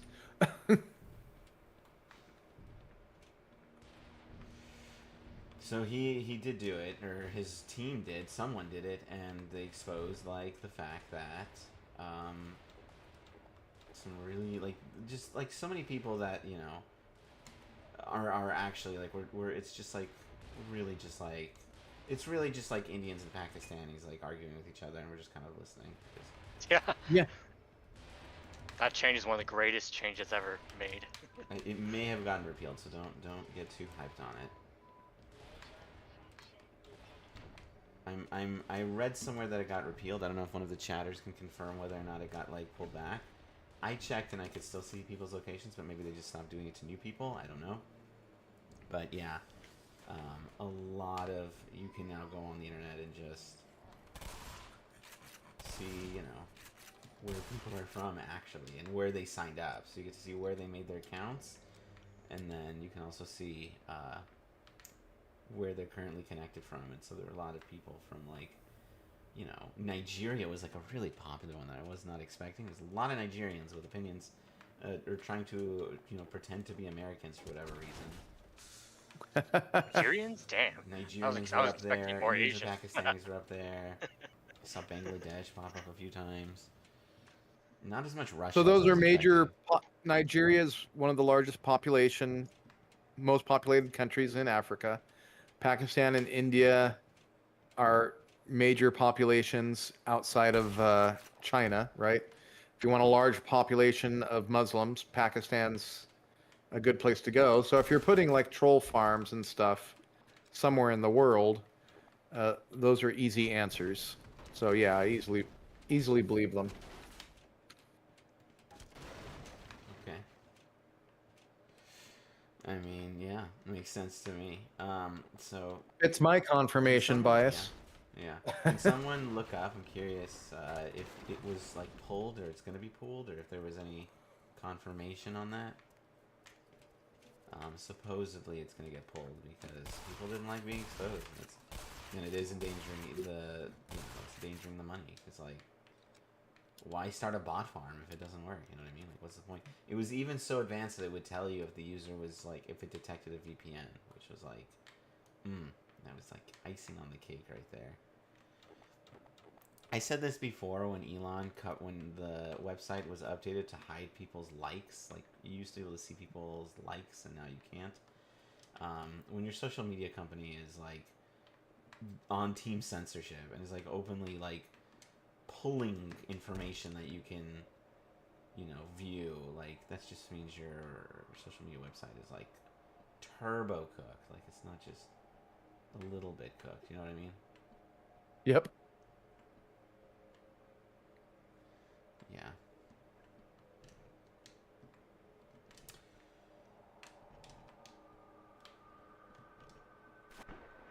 Yeah, and he is turbo cooked. That website is a tumor. So. That's part of why I like get your stocks out of Tesla. Musk is going to drag that brand down to the bottom. Yeah, it used to be. Man, I can tell you something, man. I was actually super hyped about Musk's Tesla. I was actually going. I remember telling friends for the longest time, like, as soon as I need a new car, I'm gonna get a Tesla. And then I needed a new car because someone stole my car and drove it into a tree. and I just was like, I can't do it. I really kind of like still want a Tesla deep down inside, but like I can't. Like it's I can't support that company. Like it's so depressing. But one of Yeah. the interesting things I read about Tesla is Tesla's actually a great example as to so like you know how like Trump wants to get all the tariffs back into the U.S. He wants to get all the manufacturing back in the U.S. Vehicles are actually one of the reasons. But Like if you want does to he know, really? he wants to get all manufacturing. Yeah, and so if you ever wonder like why can't the U.S. just like bring back manufacturing so easily? You actually can just look. Easy answer. There's a lot of Income answers. taxes. That's one of them. But another answer is if you want to know why like not everyone is equally good at like building certain things as everybody else, you can actually look at car manufacturing. It's a great example where if you are manufacturing vehicles, it's actually like the way you manufacture vehicles is you have to like work your people to death, and then after you're done working them to death, you have to like ruthlessly push them to efficiency, and you have to cut waste. It's like a really cutthroat industry because it's not like software where like, oh, I made my software and now I can just kind of goof off because every additional sale is, you know, money and is just pure upside, right? It's not like software. It's Hmm. in car manufacturing, like you actually have to constantly be delivering in, you know, and as a result, the way to do that, only certain cultures actually like do well in those kinds of environments, and those cultures include like right, Japanese, South Korean, German. Like you have to push people, so it's sort of like we actually kind of keep a much better work-life balance by not allowing our manufacturing industry to consume us and to influence us. It's an interesting thought. I don't know if you've heard Uh, about that. it's not that we don't allow our manufacturing industry to consume us, it's that we've consumed it. And I was really serious about income taxes. Income taxes are the number one reason that America will never be able to compete in the global marketplace for manufacturing. Now, manufacturing is not everything. We don't need to manufacture stuff in America. We've lost manufacturing jobs and replaced them with better jobs like programmer, um, like company executive, like engineer. Uh, but we can't manufacture because that is a local job. When I say income taxes, I'm not talking about whether taxes should be high or low. I'm just talking about the structure of taxes. An income tax means you pay for labor, and labor is the number one part of manufacturing. When you pay more for labor, everybody who buys your product has to pay more. If you make a product in Mexico, you don't pay US income taxes. You can then bring the product back for sale in the US at a cheaper price. And there's no tax for that, right? You're not taxed absent a tariff for bringing the product in. Versus a sales tax, if we had some sort of national sales tax, there's different proposals out there. But you get rid of all those income taxes. Boom, that drops the price of labor. Um, you can just directly cut that from someone's income, right? You pay them less, but they're still bringing home just as much because you can cancel it by the income tax, and then everything gets paid for at the sales. But now when you're manufacturing outside the country, when you're manufacturing in China or Mexico and you go to sell inside the US, now you're paying the tax, even though your product was made, designed, and everything over there. It has no connection to it. So with an income tax, we penalize everything that's made here. It's a simple system. The less of something you want, the more you tax it. It's why we have taxes on cigarettes and alcohol, is to discourage doing those things. But unfortunately, we've developed a system where it discourages business from having high labor intensive processes in the USA. Would you, if you could replace all of income tax with something else, what would it be? I would do a national sales tax like the fair tax. Just dollar for dollar. revenue neutral. You're not trying to increase or decrease the amount of money that's brought in taxes. The system of a sales tax reduces the burden on American workers and increases the burden on those foreign businesses that are bringing their product in. So it's increasing the burden from production to consumers because it is better to produce and worse to consume. So that is where we want to shift the tax burden to. And you see it in state by state. Which states perform better? The ones with a sales tax perform better than the ones with an income tax. That's true. Florida is doing really well. As much as I hate to compliment Ron DeSantis. So I'm in Washington State. We have a sales tax, no income tax. Next to us is Oregon. They have an income tax, no sales tax. And yeah, sure, people love to shop in Oregon, but their economy is by far and above worse to all the sales tax states. Because they're hampering every time manufacturing or labor is done there. And labor is the foundation of everything else. Even if you're in an industry like we'll use the program development, that's not labor intensive because you do all the labor up front and then you keep selling the product for a long while based on that. Art's another one.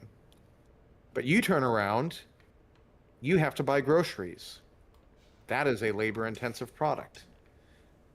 Just putting food on your table. So you still get hurt even if you're not the one who's targeted by it. Do you know there's a proposal to actually make an income tax in Washington State? Yeah, and they've effectively started doing it, and it's really questionable. It's having the expected effect. So they raised it on the highest level, and they've immediately had a shortfall on receipts because money can move. If you're going to tax making money in Washington State, then people like Jeff Bezos are going to move to Florida and make their money in Florida because they can. Washington State used to have several, without an income tax, used to have several of the world's richest men: Bill Gates, Paul Allen, Jeff Bezos. Paul Allen got out of it by dying, but the other two changed their state of residence. It doesn't work. And I understand that, the far left, the progressives, we got to punish, those who are too rich. And no, you don't. You need them to bring up everybody else who isn't as rich. That's not the same thing. We don't need to cap them. We just need to tether them to everybody else. No, I agree with that. Right? Yeah. So let them get ahead and let them pull everybody else with them. Look, they buy stuff. So Gabe Newell, hey, I'm a gamer like you guys. I'm playing Half-Life right now. Did you know that? Gabe Newell is, I won't say filthy rich out of respect, but he is super rich by making things that people want, right? And simply taking that away, the government's not going to do better with it. It's not going to bring in more money, but he spends a lot of money. He just bought a big, huge yacht, right? And that should absolutely get hit with a sales tax when he does. No problem with that. You choose when you're getting hit. People prefer that. And you should not tax things, basic necessities, food, rent, right? So that people can live. And it can be a very, I hate to use the word progressive because it gets abused so often, but progressive tax that impacts the wealthy more than the poor. Wouldn't that be regressive, at least in common discourse? The common discourse is that it is regressive, but in the proper economic sense, it is progressive if it impacts the wealthy more than the poor. Correct. It's progressive if it hits the wealthy more than the poor, and regressive if it hits poor people more than the wealthy. But progressive Democrats have often flipped that on its head. They said, income taxes are progressive. They're not. sales taxes are regressive. They're not, right?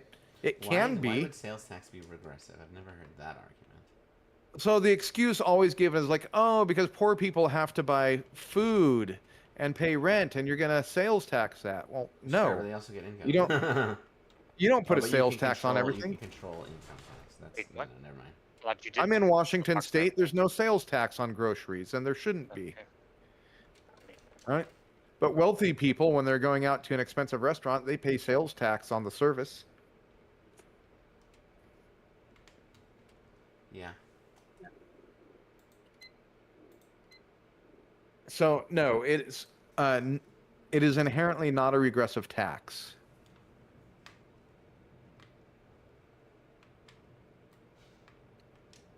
But hey, you want to get me on a topic that's really kind of more controversial, Okay. that manages to make me upset people on the left and the right. It's universal basic income. Oh, I'm listening. Let's do it. Let's do it. Whatever. All right. Okay, let's do it. No, I'm here for it. Let's go. Let's go controversial because, okay, so let me start with offending the right. I'm not against a universal basic income, Triggered. right? And then I'll go on to offending the left and say, but the math has to work. Right? And some people are going, huh? And some people are getting mad.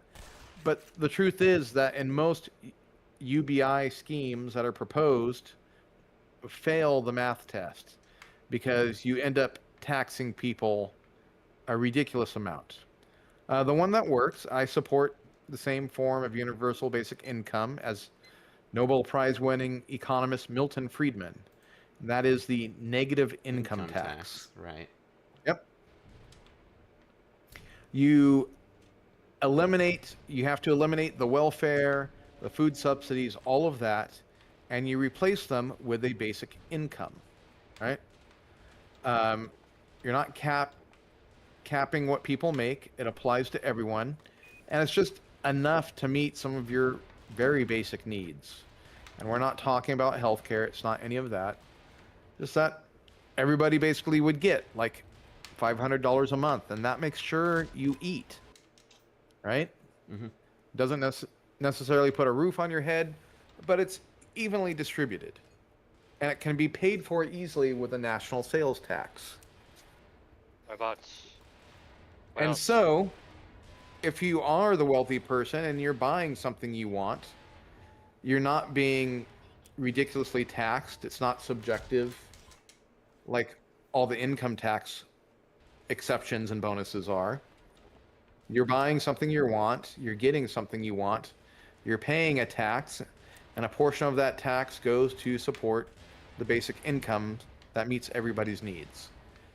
It can replace a lot of things, like to a certain extent, it can replace unemployment insurance, right?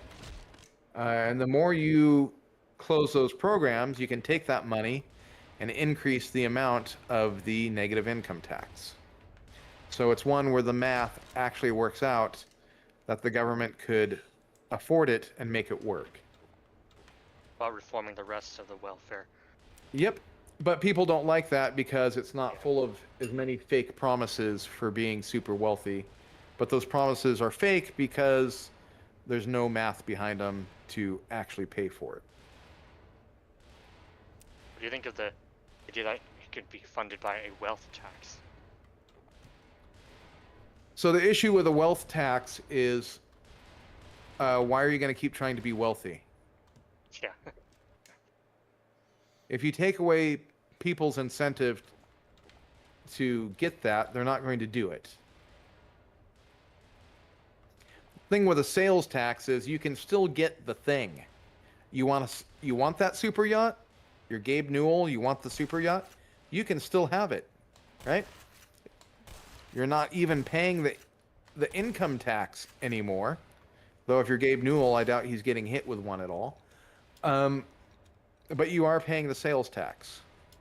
So that is progressive, and the wealthy are going to pay it more. The poor are not going to pay as much because their basic needs should be exempted. Why should there be an exemption? Basic needs? Because everybody needs to eat.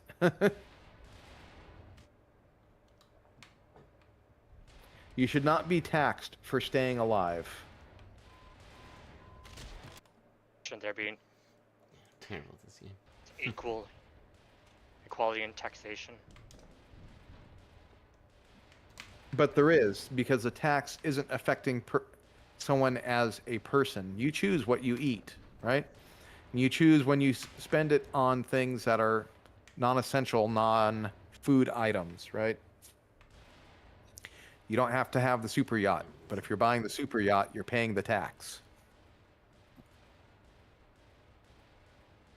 And you are getting something for it, right? That's also the idea, is that we pay a tax because we get something for it.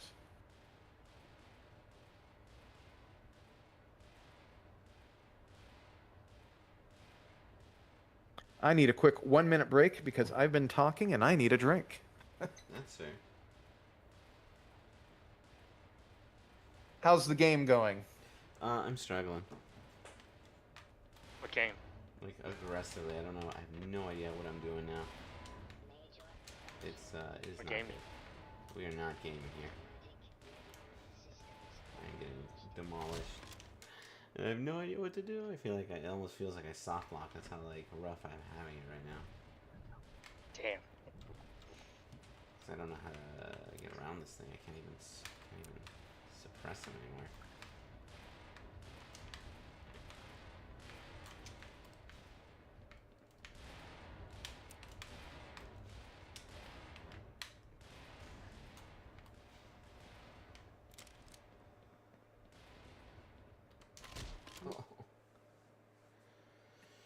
Anyway, I was thinking about talking about abundance tonight. I don't know how much longer Dave wants to go on, but I'm down, depending on how long he wants to. I'll talk to him about abundance. Probably not Sure. too much longer for me, but Oh. hit me up with some questions. How are you feeling about the old Ezra Klein abundance movement? It's all right. Just all Keep right? it going. It's like a small pivot in modern liberal thought. We need to keep that discussion going. That's how I feel about it. Alright, that's fair. Our main issue that it's only about targeted deregulation within the context of a quote-unquote technocratic government.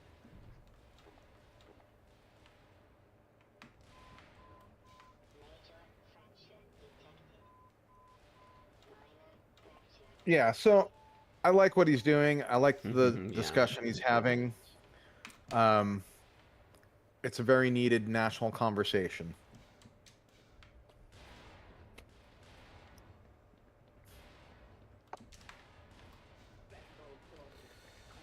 Okay, well, there goes that.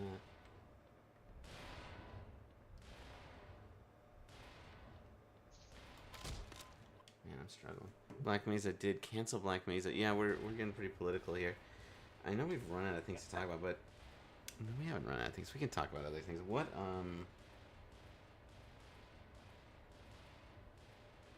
else do we want to talk about here today?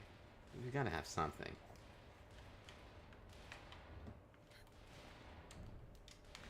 Come on, people. What do you feel like skipped out on? I think we covered the news, but see, this is why most people who stream for like 6 hours just troll Twitter for like 5 of them, because it's just so much easier than what we're doing here today. I'm pretty sure I'm missing something here.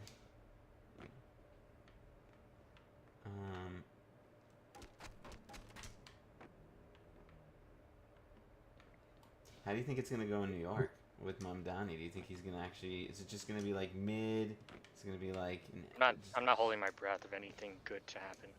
Yeah.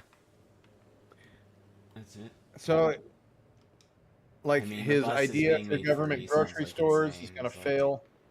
The idea of making buses free, I think, is not really happening.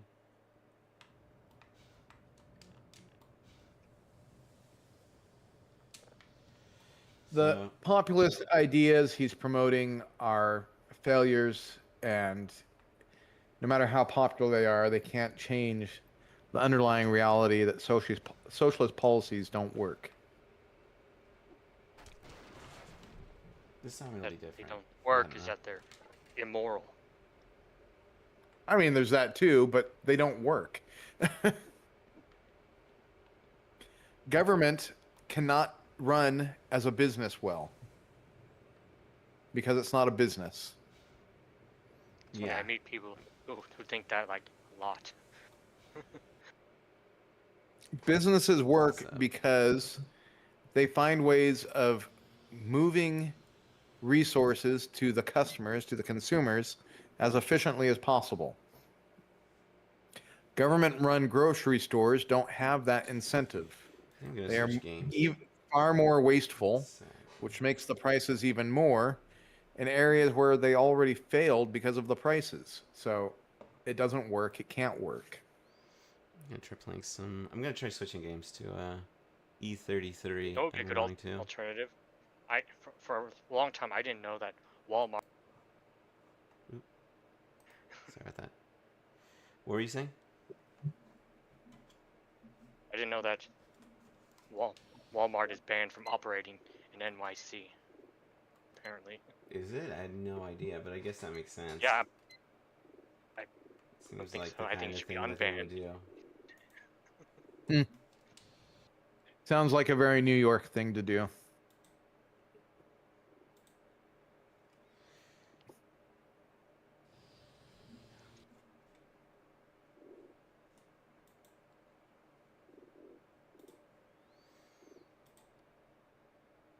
I'm switching games, so I'm like half focused. Let's see. There's gotta be something else to talk about. Hold on. Okay. How much longer you want to go? I can go for, I don't know, 30 more minutes or something. More, probably more. Depends on how much I like Expedition 33. I've been wanting to play it, and now I'm stuck at Black Mesa, so until I read a guide, I don't want to bore our viewers. Make myself look worse. at I'm video games. probably good here, but maybe next time, some people leave some comments. What do you want me to talk about next time? Hold on, we got another comment. Mamdani's only good idea is not really new, which involves hiring social workers to handle mental health calls instead of the police. Any thoughts on that? I mean, yeah, that's absolutely a good idea. That's That's not really socialist. yeah. That's I don't just consider yeah. That's not yeah. that's just a reorganization of government, and that's government doing things that government is actually meant to do. That's not government replacing a free market. Yeah, and who knew? Police aren't good at everything. I know, it is kind of weird that you have like one group of people who handle fires, one group of people that handle like medical emergencies, and then like your Swiss Army knife for everything else. It Yeah. is kind of a weird, I don't think super well designed system. The thing that also kind of like confuses me is like when you go to be, if you want to be a doctor, like there's a whole you need, number one, you need like a bachelor's, but then there's like a full 4-year program that you need to do. Like it's if you want to be a lawyer, it's like a full 4-year program. Like it's not just something you do, it's a career. It's I'm not saying policing is not a career, but it's like there's like this whole body of like whole industry behind it, if you will. And then meanwhile, like a police officer's like what, like how many months of training? It's not very much. Like and you don't get trained in like most of the stuff that I think you're supposed to do, right? Yeah. That's just like, yeah, I'm not a big fan of that. And let's skip this for now. Yeah, I'm not a fan of that at all. And so, yeah, I think that the way to fix policing, a lot of the complaints is like to make it more of an industry. Like police should be, they should be hired to do the job. And wow, this is like a really beautiful game. I think the way to fix it Standards, is more to make it funding. more accountable. Now, there probably needs to be some pay restructuring. I think in many cases, police who are really doing their jobs properly should earn more money than they do. But we also need to have police accountability. We need to end qualified immunity. Yeah. Not just for the police, Yeah. but nobody should ever have legal authorization to knowingly violate your rights. Right? Yeah. And that's what police have right now, and it's just ludicrous. Um, I mean, the Bill of Rights is not too many for every officer to know, uh, and to go, oh, hey, maybe I shouldn't take away someone's right to free speech, for instance. Maybe ICE people shouldn't be denying due process. They should have a basic understanding of what due process is, and they should be protecting it, and they should be civilly liable for violating it. That's a little bit too. It's a little bit too. A little bit too rational for me. There's a few other things I want to talk about, but I've got a few other topics. If you've got another minute or two or five, but they're like very long, complicated ones. So, have you been like how deep are you keeping into like this, like the red pill field? Like one of the things that just kind of like shocked me a lot about modern politics is that like people have really tapped into like the desire to get a girlfriend is something that like has existed for a long time, and you now like somehow like Trump has really just tapped into that, and it's just like you have this unprecedented gender gap. It's just like it's very weird. Let's define red pill, because I feel that that is a term of art that has had its meaning change significantly over the years. I remember 2016, that word was tossed around so much. I mean, yeah, that word's been tossed around since the Matrix movie came out. Oh, yeah. But it used to really, I think, refer to our horrible divorce industry that we have in our country, and the realities of just kind of feeding men into it, good men into the shredder, basically, right? And that there has to be a better way of doing it. And since then, the term has kind of evolved into different things, and I think now it is used to just define the worst, most toxic aspects of everything that used to be red pill. So it's become all about these men who don't care about women at all, who are just effective, the Andrew Tates, who are just exploiting women, who are trafficking women, beating and abusing women. And it seems to be celebrating that as a good thing. And that's not what it used to be, right? That's a long ways around. But it's also probably kind of an inevitable devolving of the discourse. Because as one side demonizes it, and it becomes more and more publicly recognized for the pejorative that instead of what it was. Much like what happened to the word liberal, right? Oh, yeah. So you had the word liberal, and at the end of World War II, it was very concretely defined, meant someone who stood for the maximum human liberty, and it just became a pejorative by the right, and everything that was bad was called liberal. Or liberal. And even though liberal used to be what Marxists called their enemies, it became what the American right called Marxists.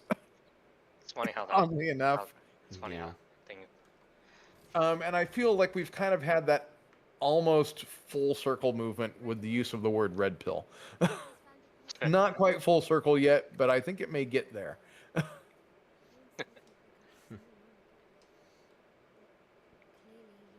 Someone told me, I brought up yeah. I was going to say another thing that I used to hear called red pill was the men going their own way movement, which were men which didn't get involved in romantic relationships. And what they have in common with the Andrew Tates, I can't figure out. It's just like I don't think they do. Out. Someone put it perfectly, and I love it. Someone said, Andrew Tate is just gender affirming care for insecure men. Damn. And I thought that was just. I think that's just accurate. It's gender affirming care for insecure men. Damn, that's quite a statement.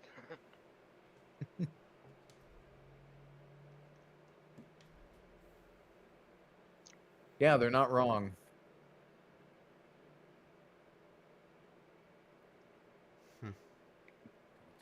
Someone told me, and I agree with it, a friend of mine. He said that the biggest issue with the abundance movement is the abundance movement doesn't fuck. Like it doesn't make you feel like fucking. It's just like it's just it just feels like a bunch of nerds who want to build like stuff. I mean, And that's cool. that's not. I mean, it is. Seems about accurate.